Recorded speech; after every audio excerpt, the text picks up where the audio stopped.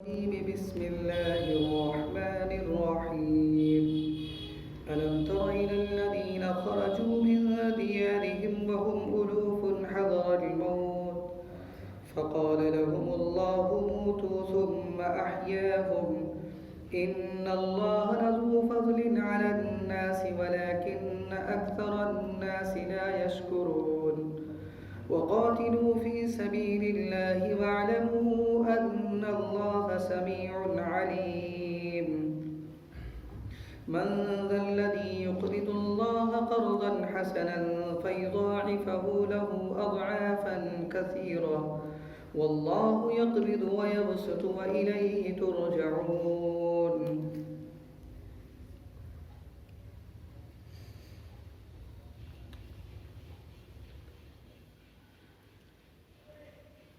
یہ سورہ بقرہ کی آیت نمبر 243 سے 245 تک ہے. اللہ تعالیٰ فرماتے ہیں، اے مخاطب، تجھ کو ان لوگوں کا قصہ تحقیق نہیں ہوا جو کہ اپنے گھروں سے نکل گئے تھے اور وہ لوگ ہزاروں ہی تھے موت سے بچنے کے لیے.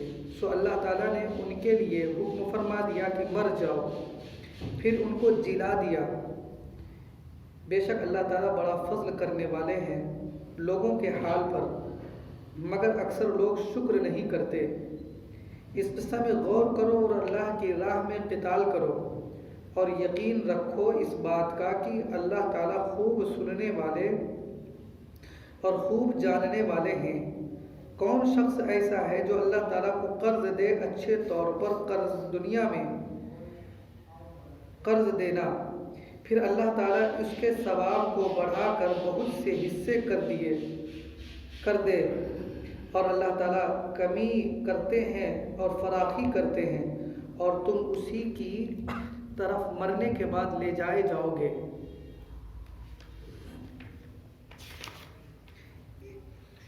ان آیتوں میں اللہ تبارک و تعالیٰ نے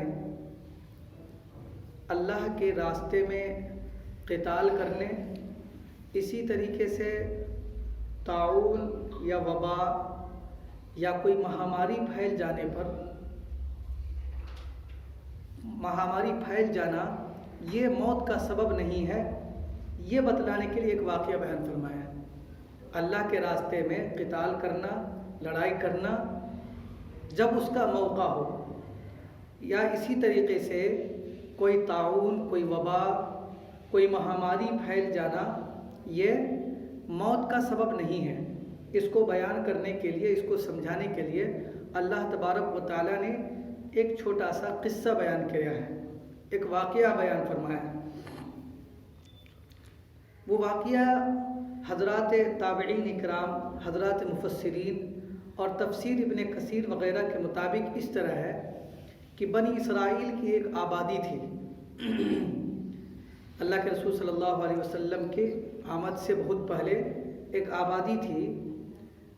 اللہ تبارک و تعالیٰ نے یہاں فرمایا کہ وہ آبادی کتنی بڑی تھی، الوفن، وہ چند ہزار تھے، لیکن تفسیر وغیرہ میں لکھا ہے کہ وہ تقریباً 10,000 تھے، تقریباً 10,000 کی آبادی تھی. اس آبادی میں کوئی مہاماری، کوئی وبا، کوئی طاعون پھیل گیا. سب کے ایک ہی معنی ہے مہاماری، ہم چونکہ اب سمجھتے ہیں لوگ اسی لیے ہم نے اس کو کہا، ورنہ عربی میں اس کو طاعون کا لفظ کہا جاتا ہے. ایسا مرض جو پھیلتا ہے، ایک سے دوسرے میں جاتا ہے، اس کو جیسے ابھی کورونا وائرس ہوا تھا، تو اس طرح تو یہ ایسا نہیں ہے کہ کورونا وائرس آج ہے تو مہاماری اس سے پہلے آئی ہوئی ہے، اس کا نام الگ ہے، اس کی شکلیں الگ ہیں، لیکن مہاماری کی تاریخ پرانی ہے، یہ آج ہی کی نہیں ہے.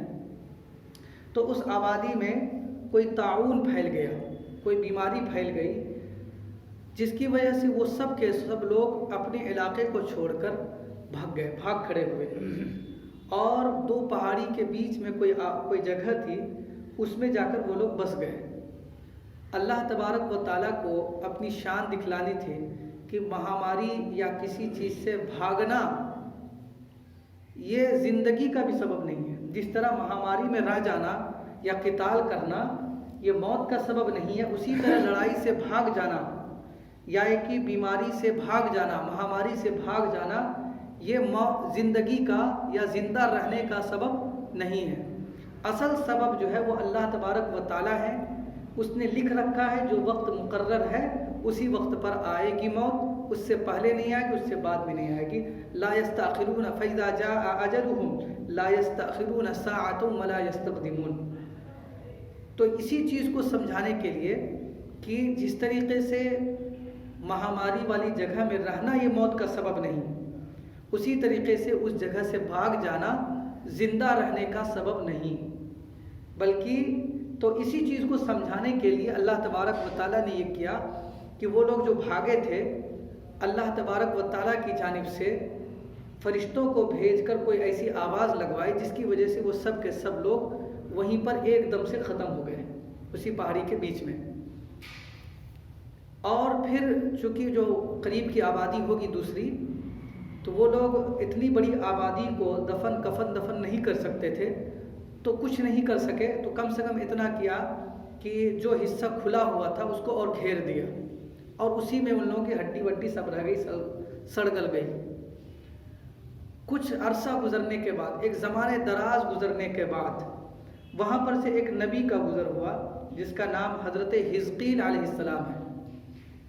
ان کا گزر ہوا تو وہ دیکھے کہ بھائی یہ تو انسانی ہڈیاں اور اتنی بڑی مقدار میں یہاں پر ہوا کیا تھا۔ تو اللہ تبارک و تعالیٰ نے ان کو بذریعہ وحی ساری باتیں بتا دی ہیں۔ تو ان کے دل میں ایک بات آئی اور انہوں نے اللہ تبارک و تعالیٰ سے دعا کی، یا اللہ آپ تو ہر چیز پر قادر ہیں، ان لوگوں کو دوبارہ زندہ کر دیا جائے۔ اصل میں اللہ تبارک و تعالیٰ کو ہی یہ منظور ہوگا، اسی وجہ سے ان کے حضرت اس نبی کے دل میں یہ بات ڈالی۔ تو اللہ تبارک و تعالیٰ نے ان کی یہ دعا قبول فرمائی اور ان کو حکم فرمایا کہ آپ خود ہی ان کو آواز دیجئے کہ اللہ کے حکم سے جتنی ہڈیاں ہو، اے ہڈیوں جتنی بھی ہو یہاں پر اللہ کے حکم سے جڑ جاؤ۔ تو چنانچہ اللہ کا حکم ان کے ساتھ جڑا ہوا تھا، ان کے اس نبی کے حکم کے ساتھ، چنانچہ وہ ساری ہڈیاں جڑ گئیں۔ اس کے بعد اللہ تبارک و تعالیٰ نے فرمایا کہ آپ آواز دیجئے کہ ہڈی کے ساتھ جو گوشت ہیں وہ سب بھی جڑ جائیں۔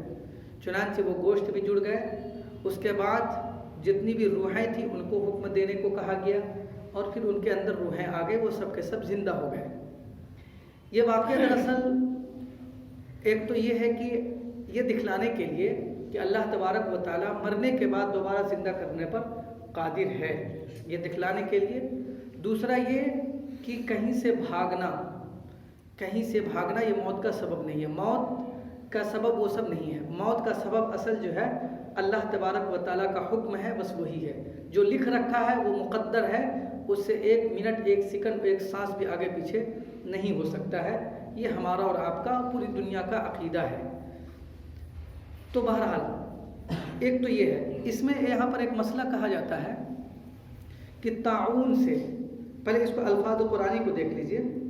اللہ تعالیٰ فرماتے ہیں کہ اے مخاطب تجھ کو ان لوگوں کا قصہ تحقیق نہیں ہوا۔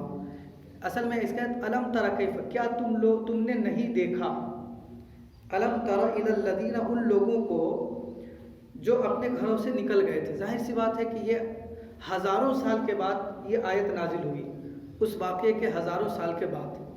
تو یہاں پر دیکھنے سے مراد جاننا ہے۔ الم ترا کا مطلب الم تعلم، کیا آپ کو معلوم نہیں، اور معلوم ہو گیا کیونکہ اللہ تعالیٰ نے بتا دیا۔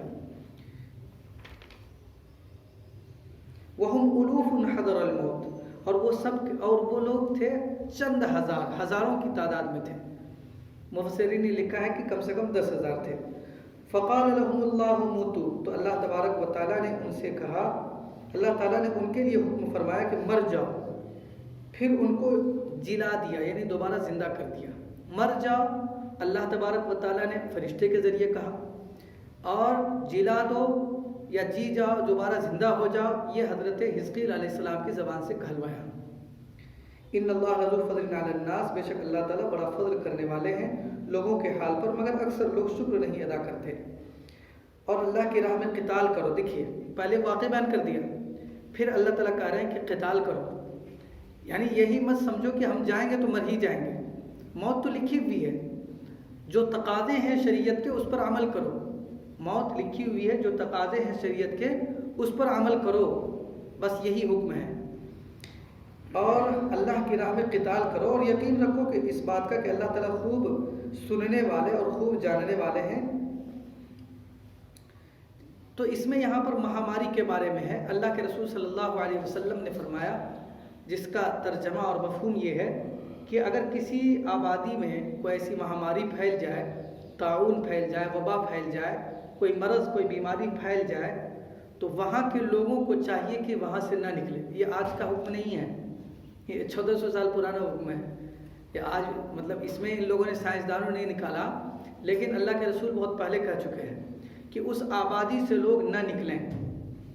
اور جو لوگ باہر ہیں یا ایسی جگہ میں رہتے ہیں جہاں وہ مہاماری نہیں ہے، ان لوگوں کے لیے حکم ہے کہ ایسی جگہ میں نہ جائیں جہاں پر یہ مہاماری پھیلی ہے.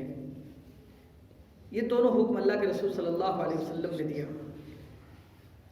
حضرت عمر فاروق رضی اللہ تعالیٰ عنہ کے زمانے میں ملک شام میں ایک طاعون پھیلا، ایک بیماری پھیلی، جس میں بہت سارے تابعین، بہت سارے صحابہ اکرام، مجاہدین، ظاہر سی بات ہے کہ مکہ اور مدینہ کو چھوڑ کر وہاں کون گئے ہوں گے؟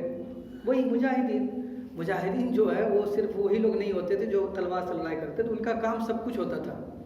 وہ دین پھیلاتے تھے، دین کو سکھاتے بھی تھے، اور نوبت آتی تھی، تقاضا ہوتا تھا شریعت کا تو قتال بھی کیا کرتے تھے، دین بھی پھیلاتے تھے. یہی وجہ ہے کہ وہ سب آبادی جس کو صحابہ اکرام نے فتح کیا، وہ اگر اس زمانے کے بھی حالات اٹھا کر دیکھیں گے تو بہت جلد جو ہے وہاں پر جو ہے اسلامی کلچر، اسلامی تہذیب اور اسلامی تمدن بہت جلدی پھیل گیا، کیونکہ انہوں نے محنت کی. انڈیا میں تو خیر بہت بعد میں مسلمان اسلام آیا، تو جہاں پر صحابہ اکرام گئے تھے وہاں پر جو ہے بہت تیزی کے ساتھ ہوا.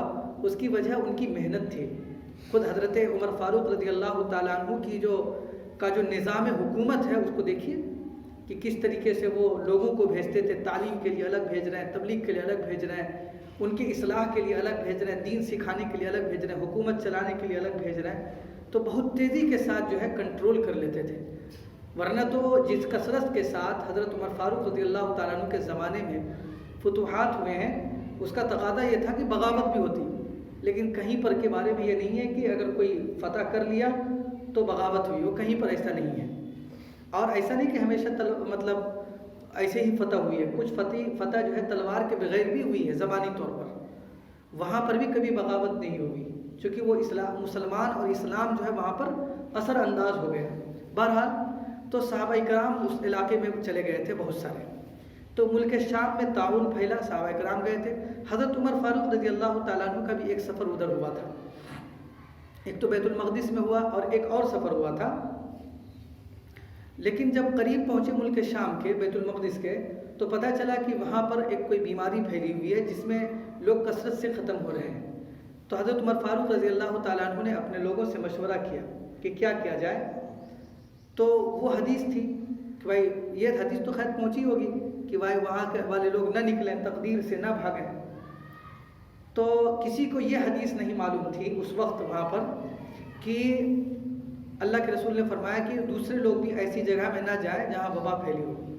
اس وقت حضرت عبد الرحمن بن عوف رضی اللہ تعالیٰ عنہ جو عشر مبشرہ میں سے ہیں، ان 10 صحابہ اکرام میں سے جن کو اللہ کے رسول صلی اللہ علیہ وسلم نے ایک مجلس میں ہی جنت کی بشارت دی ہے، ان کو وہ حدیث پہنچی تھی. اللہ کے رسول نے فرمایا کہ ایسی جگہ میں مت جاؤ جہاں پر کوئی وبا اور کوئی مہاماری پھیلی ہوئی ہو. چنانچہ انہوں نے وہ حدیث بیان فرمایا اور حضرت عمر رضی اللہ تعالیٰ عنہ نے اپنا ارادہ ترک کر دیا. ظاہر سی بات ہے کہ وہ سب شریعت کے حکم کے تابع تھے، ان کو یہ سب سے ڈر نہیں لگتا تھا موت سے. وہ لوگ تو تمنا ہی کیا کرتے تھے. بہرحال تو حضرت ابو عبیدہ رضی اللہ تعالیٰ عنہ کو جب پتہ چلا، جو جنریل تھے وہاں کے، یعنی کہ وہاں کے سمجھ لیجیے کہ سپہ سالار تھے ملک شام کے، تو انہوں نے تعجب کیا کیونکہ وہ حدیث ان کو نہیں پہنچی تھی کہ آپ امیر المومنین موت کے خوف سے بھاگ گئے. تو حضرت عمر نے لکھا کہ ہم موت کے خوف سے نہیں بھاگے، اللہ کے حکم سے جو حکم ہوا ہے، اللہ کے رسول صلی اللہ علیہ وسلم نے جو حکم دیا ہے اسی کے مطابق ہم عمل کر رہے ہیں، اسی وجہ سے ہم وہاں سے نکلے. اگر وہ حکم نہیں آتا تو ہم ضرور جاتے. بہرحال یہ واقعہ ہوا. تو حکم شریعت کا یہی ہے کہ جہاں کہیں اگر وبا پھیل جائے تو اس جگہ سے نہ نکلے لوگ، اور اگر باہری لوگ ہیں جہاں وبا نہیں پھیلی تو وہاں والے کو حکم یہ ہے کہ ایسی جگہ میں نہ جائیں۔ اس میں بہت ساری مصلحتیں ہیں۔ ایک ظاہری طور پر اچھا اس میں جو ہے اللہ شریعت جو ہے جب کوئی حکم دیتی ہے تو اس پر عمل کے لیے بہت ساری فضیلتیں بھی ہوتی ہیں۔ اگر کوئی مشقت والا حکم ہے تو ظاہر سی بات ہے کہ ہم کیوں نہیں بھاگیں، لوگوں کو زندگی عزیز ہوتی ہے۔ تو اللہ کے رسول صلی اللہ علیہ وسلم نے حضرت عائشہ صدیقہ رضی اللہ تعالیٰ عنہ کی حدیث ہے، بخاری شریف کی روایت ہے، جس کا مفہوم یہی ہے کہ اگر کوئی شخص کوئی وبا والی جگہ میں رہ گئے اور وہاں پر صبر کیا اور اس کی موت ہو گئی تو وہ شہید ہے، اس کو شہادت کا درجہ ملے گا۔ یہ اللہ کے رسول صلی اللہ علیہ وسلم نے فرمایا ہے۔ بہرحال تو اس کی بہت ساری حکمتیں ہیں، اور میرے خیال میں اس زمانے میں اس کی حکمت بہت زیادہ بیان کرنے کی ضرورت نہیں ہے، کیونکہ کورونا مہاماری نے ساری حکمتیں سمجھا دی ہیں۔ ایک حکمت موٹا موٹی یہی ہے، جو اندر والے کو باہر آنے سے منع کیا گیا، وہ یہ ہے کہ ہو سکتا ہے کہ اس کے اندر وہ وائرس موجود ہو اور اس کی وجہ سے جس علاقے میں وہ جائے وہ وائرس وہاں پھیلے۔ ایک تو یہ ہے، اور باہر والے کو اس لیے اندر جانے سے منع کیا گیا ہے کہ ہو سکتا ہے کہ وہ اس وجہ سے کہ شریعت بھی یہ کہتی ہے کہ اسباب بظاہر جو سبب بنتے ہیں، بظاہر سبب جو بنتے ہیں موت کے، ان چیزوں سے بچنے کے لیے احتیاطی تدابیر اختیار کرنا چاہیے۔ اس وجہ سے شریعت نے یہ کہا کہ وہ باہر والے اندر نہ جائیں۔ اور اگر یہ سب حکم نہ ہو تو اب بتائیے کہ اگر کوئی بیماری ہوگی، اور یہ تو قانون ہے شریعت کا، یہاں تو خیر قانون ہے، ملکی قانون بھی ہے وغیرہ وغیرہ، لیکن اگر ملکی قانون نہ ہو اور شریعت کا ہی صرف حکم ہو اور یہ والا حکم نہیں ہوتا تو کیا ہوگا؟ وہ سب جگہ لوگ جو ہے ادھر سے ادھر تتر بتر ہو جائیں گے، اور وائرس کو جتنا جلدی پھیلنا تھا وہ اس سے زیادہ جلدی پھیلے گا۔ تو شریعت نے جو ہے یہ سب حکم دیا ہے تاکہ جو ہے جو صحیح صورتحال ہے اس پر قابو پایا جا سکے۔ اور اس زمانے میں بھی سائنسدانوں نے اور ڈاکٹروں نے یہی مشورہ دیا اور حکومتوں نے یہ اسی پر عمل کیا ہے۔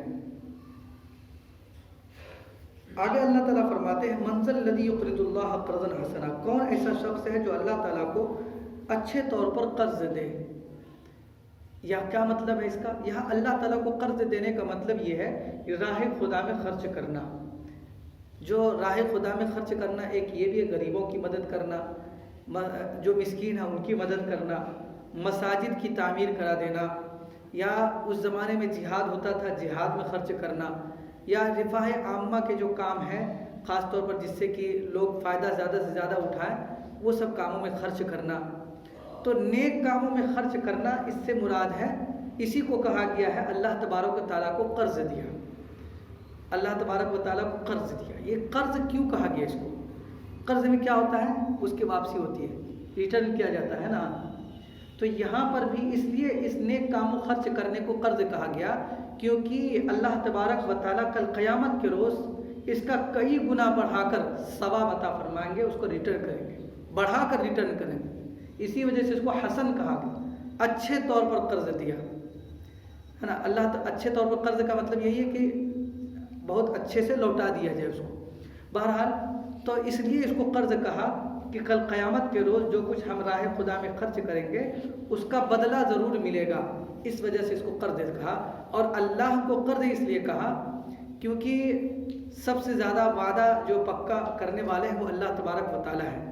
تو اگر کسی غریب کو دیا ہے تو یہ مت سمجھنا کہ وہ غریب کو دے رہے ہیں، بلکہ اللہ کو دے رہے ہیں، اور اللہ اپنا وعدہ کبھی نہیں بھولتا۔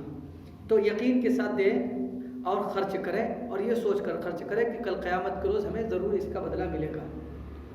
ایک حدیث میں ہے کہ اگر کوئی شخص ایک خرما یعنی کہ ایک چھہارا صدقہ کرتا ہے تو اللہ تبارک و تعالیٰ کل قیامت کے روز اس کو احد پہاڑ کے برابر بنا کر اس کا ثواب عطا فرمائیں گے۔ تو یہ ہے قرض حسن۔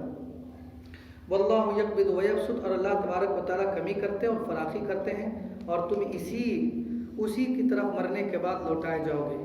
اللہ تبارک و تعالیٰ ہم سب کو ان کے اندر جو احکام ہیں ان پر عمل کرنے کی توفیق عطا فرمائے، اور جو عقیدے سے متعلق چیزیں ہیں ان چیزوں پر ہم سب کا پکا یقین نصیب فرمائے۔ آگے پھر جو ہے ایک نبی بنی اسرائیل کے ایک نبی کا تذکرہ ہے، انشاءاللہ العزیز اس کو اگلے ہفتے بیان کیا جائے گا۔ سبحان اللہ و بحمدہ سبحانک اللہم و بحمدک نشہد ان لا الہ الا انت نستغفرک و نتوب الیک سبحان ربک رب العزة عما یصفون وسلام علی المرسلین والحمد للہ رب العالمین.